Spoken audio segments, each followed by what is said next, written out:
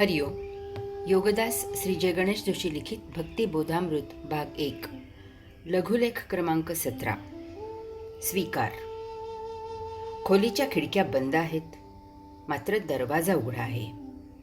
त्यामधून एक चिमणी आत येते, इकडे तिकडे पाहते आणि बाहेर जाऊ लागते.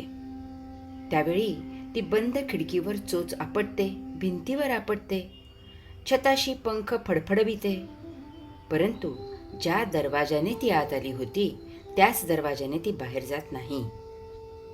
आपणही हेच करतो, म्हणून मुक्त होऊन वैश्विक यात्रा संपन्न करू शकत नाही.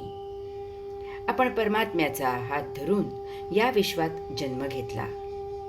येथे आल्यावर विश्वाची लीला साक्षीत्वाने अवलोकन करून त्याच परमात्म्याचा हात धरून वैश्विक यात्रा संपन्न करावी की नाही? परंतु आपण आपले राहणीमान, आपला सामाजिक सहभाग, आपला देह इत्यादी आपल्या बुद्धीने बदलायला सुरुवात करतो.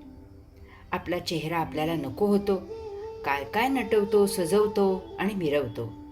वस्त्रांची तर रास घालतो, घरात सजावट करतो, पैसा, प्रसिद्धी, प्रतिष्ठा मिळवण्यासाठी लाळ घोटत असतो. त्यासाठी अयोगिक कृत्यही करतो. आता परत जाताना तो प्रभू विभू आपल्याला कसा ओळखणार? तो म्हणतो की सर्व हौस पुरी झाली की ये पूर्व पदावर आणि मग परतीसाठी भेट. राहा येथेच. जन्मतःच जे प्राप्त आहे त्या सर्वस्वाचा आनंदाने स्वीकार करावा. यासाठी स्वकर्तृत्व याचा अर्थ जाणावा. हरिओम.